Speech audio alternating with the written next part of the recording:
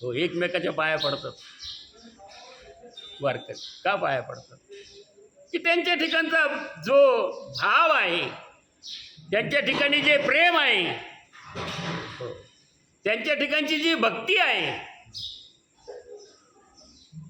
ती भक्ती परमकुटीला गेलेली आहे. ती भगवंताविषयी विठ्ठल माझा माझा माझा, विठ्ठल माझा मी विठ्ठलाचा. ते म्हणतात मी विठ्ठलाच आहे म्हणा ना, पण मी विठ्ठलाचं म्हणायलाच तयार नाही. विठ्ठल माझा म्हणतात कायला? की देवाने आम्हाला द्यावं म्हणून पंढरपूरला जातो, त्याच्या तिजोरीतल्या लुटाईसाठी. की विठ्ठला मला दे भिकारी. किती लाख रुपये असते, करोड रुपये असतं, हे भिकारी भिकारीची. हो, साधं पानफुल घेणार नाही देवाला. एक तर साहेब होते, गेले दर्शनाला गेले, बुटं बाहेर काढले. हो, 2,500 रुपयाची बुटं होते. बरं, पानफुल घेतला असं पानफुलवाल्याजवळ बुटं काढून ठेवले असते ना. तिथं रक्षण एक पानफुल तरी केवढं असं 10 रुपयाचं असतं. 2,500ची बुटं वाचले असते तर म्हणून पानफुल घ्यायचंच नाही देवाला. बुटं एका बाजूला काढले आणि गेला तसं. ते पानफुलवाले, हो घ्या हो पानफुल घ्या हो. कसलं घेतोय? 10 रुपयाला आहे फक्त, आणि याला पगार 2 लाख. काय? आणि पानफुल 10 रुपयाचं घेत नाही. देवाला तर गेला, दर्शन करून बाहेर आला आणि इकडे पाहायला लागला. इथं बुटं काढले होते, इथं बुटं काढले होते. सगळ्याला विचारतो, गेले बुटं 2,500चे. अहो, पानफुल 10 पैसे घेतलं. पानफुलवाल्याला म्हणलं ते एवढं बुटाकडे लक्ष दे भाऊ. 10 रुपयात 2,500 वाचले असते ना, पण बुद्धी नाही तेवढी. बुटाचं रक्षण म्हणून घे भाऊ पानफुल, तर जाऊ दे, नको देवाला घेऊ. पण डोकं तेवढं पाहिजे. फक्त यांची बुद्धी जी आहे, ही बुद्धी संकुचित आहे. तेवढ्यापुरती, जसं संगणक चालतं ना, तेवढ्यापुरतं फक्त तेवढं विचारलं की तेवढंच सांगणार. तेवढी संकुचित बुद्धीचे लोक आहेत. बुद्धी प्रगल्भ नाही, विशाल नाही. कारण की काय, भगवंताशी टचच नाही. ज्ञानेश्वरी नाही वाचायची, हरिपाठ कधी वाचायचं नाही, कधी कीर्तन ऐकायचं की नाही, प्रवचन ऐकायचं नाही. प्रवचनात काय आहे नेमकं, काय सांगितलं भगवंताविषयी, काय नाही. ज्ञानेश्वरीमध्ये काय सांगितलंय, कधी त्याचा टचच नाही, कधी माहितीच नाही. फक्त पैसा कसा कमवायचा एवढं ज्ञान घेऊन चाललेली मंडळी ही. हो, आणि तिकडं ते आहे, काम आहे, क्रोध आहे, लोभ आहे, मोह आहे, मद आहे, मत्सर आहे, अहंकार आहे. तिकडं ते आहे. जिकडं पैसा आहे तिकडं ते आहे, आणि जिकडं पैसा नाही इकडे काय आहे, तो त्याच्या विरोधी आहे. अभयम सत्व संशुद्धीर ज्ञान योग व्यवस्थिती ज्ञानम दमशे यज्ञेश स्वाध्याय तपार्जवम अहिंसा सत्यम क्रोध त्याग शांतिरपैशनम दया भूतेश्वलो लुप्तम मार्दम हीरजापलम तेज क्षमा धृती शौचम द्रोहम नातिवण. इकडे दैवी संपत्ती आहे, इथे नम्रता आहे, आणि नम्रतेला सगळ्यात महत्त्व आहे वारकरी संप्रदायामध्ये. वागतो वाकतच नाही, बांबू सारखा ताटच. त्याला ती तिरडी म्हणतात, ती तिरडीवर नेतात ना. हो, तो बांबू तिथं गेला तरी वाकत नाही, त्याला फोडावा लागतो. लक्षात, बांबूच तो जसा तो, हा, फोडावा लागतो. वाकत नाही, तो मोडत नाही, आहे की नाही. मोडेन पण वाकणार नाही, आहे की नाही. असा तो बांबू. म्हणून मनुष्याचं जीवन हे कसं असावं, मनुष्याचं जीवन सुखी समाधानी असण्यासाठी नम्रता हे त्याच्या ठिकाणी असावी. हरिभक्तांच्या बाबतीत नामदेव, देवाने त्याच्या हाता अन्न खाल्लं, देवाने नैवेद्य खाल्ला नामदेवाचा. पण ह्या सर्व देव आपल्याजवळ हवे, आता पण आहेच आपल्याजवळ. देव नाही असं नाही, त्याचं वास्तव्य सतत आपल्या अंतरंगामध्ये आहे, नाही असं नाही. पण त्याला ओळखलं पाहिजे. आणि त्याचं प्रगट्य कधी होतं, जेव्हा ते सगळे जातात निघून. हो, आणि जेव्हा त्याच्या ठिकाणी नम्र भाव येतो, त्या ठिकाणी भगवंत आपल्याजवळ येतो. हो, तो समजतो त्याच्या वेळेस. तो नामदेवच्या बरोबर राहायचं, खायचं, प्यायचं, सगळं करायचं. एकदा काय झालं, ही मंडळी निवृत्तीनाथ, ज्ञानेश्वर माऊली, टोपण काका, मुक्ताई हे सगळे पंढरीला आले देवाच्या दर्शनासाठी.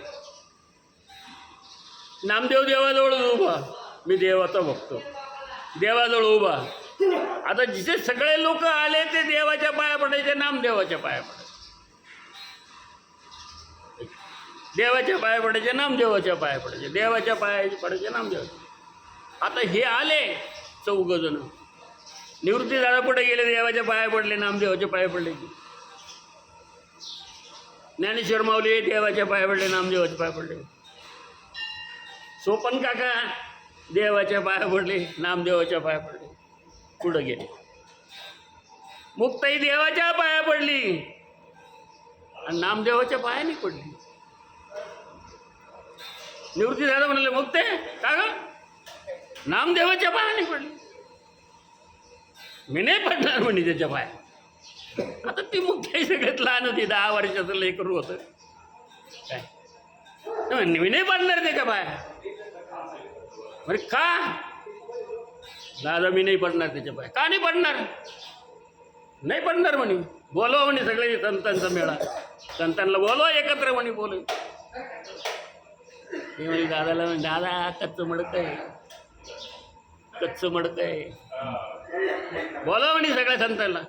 मग निवृत्ती दादा म्हणाले, आता सगळे संत मेळा एक तर या एका ठिकाणी बसा. आता कच्चं मडकं कोणतं, पक्कं मडकं कोणतं, आपण ते शोधू.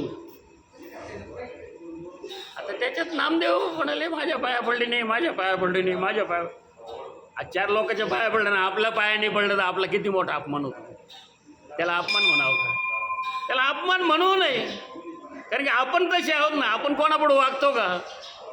आपण जर बांबूसारखं ताटच राहिलो आहे की नाही, तसं नामदेवाचं झालं. ते मेळा बसले सगळे, म्हणजे संत आहेत म्हणजे सगळे. आता इथे सगळे वारकरी मंडळी आपली सगळे आहे, वारकरी पंथ आहे आपला सगळा.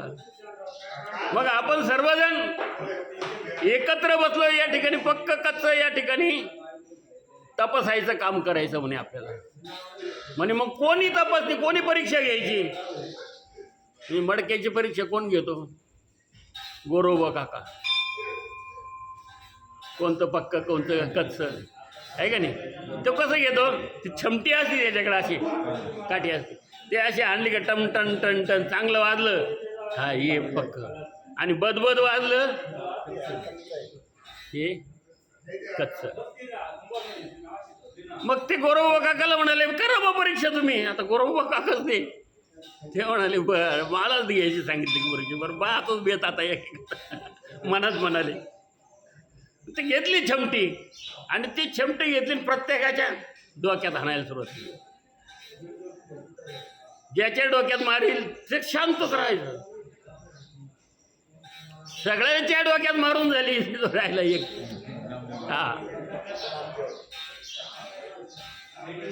आणि जे मारली छमटी जोरात, हे लागले मोठ्यानं, मला मारलं, माझ्या डोक्यात काठी मारलं, मला लय लागलं. गेले देवाकडे रडत रडत. सगळे म्हणायला लागले, कच्चं मडकं रे, कच्चं मडकं रे, कच्चं मडकं रे. देवाकडे तक्रार केली, देवा मी तुझ्या बरोबर राहतो, माझ्या हातात नैवेद्य तू खातो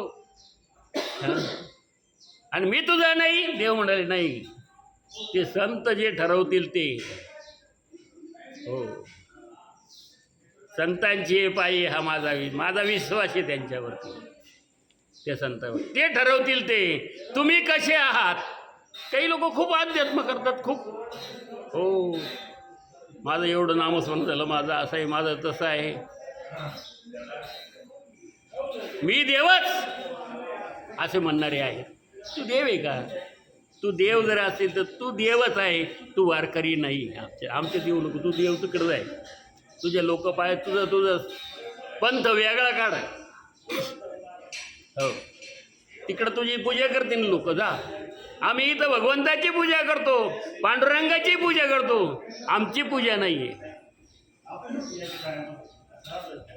किती हाल काढले माऊलींनी, किती तुकाराम महाराजांनी किती हाल काढले. हा पंथ उभा करण्यासाठी सर्वांना संतांना किती त्रास झाला. त्यांनी त्रास घेतला. आणि सर्वभूती एक वासुदेव, सर्वांच्या भूती एक वासुदेव आहे असं सांगितलं. कोणी असो, कोणी आई जीवाचा न घडो मत्सर, वर्व सर्वेश्वर पूजनाचे. देवाची पूजा करता कशासाठी करता? मला धन मिळावं म्हणून करता का? मला संपत्ती मिळावं म्हणून करता का? मला नोकरी लागावं म्हणून करता? मला प्रमोशन मिळावं म्हणून करता का? साप चुकीचं आहे. सर्वांना समान माना. सर्वांच्या अंतरंगामध्ये परमेश्वर आहे. हे विश्वाचे माझे घर, ऐशी मती जयासी स्थिर,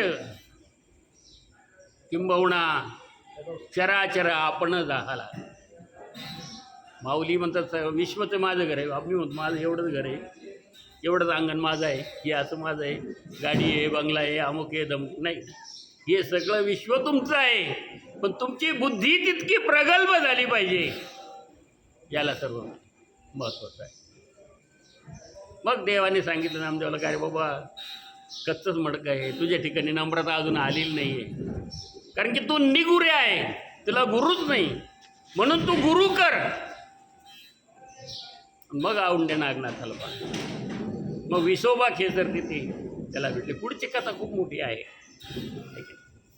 ती पुढची कथा पुढच्या याच्यामध्ये आपण घेऊ. 10:30 वाजलेले आहेत, आपला वेळ संपलेला आहे. उद्याला आपण पुन्हा त्याच श्लोकावरती प्रवचन आपलं चालू राहील. विठाला विठाला विठाला विठाला. आता विश्वास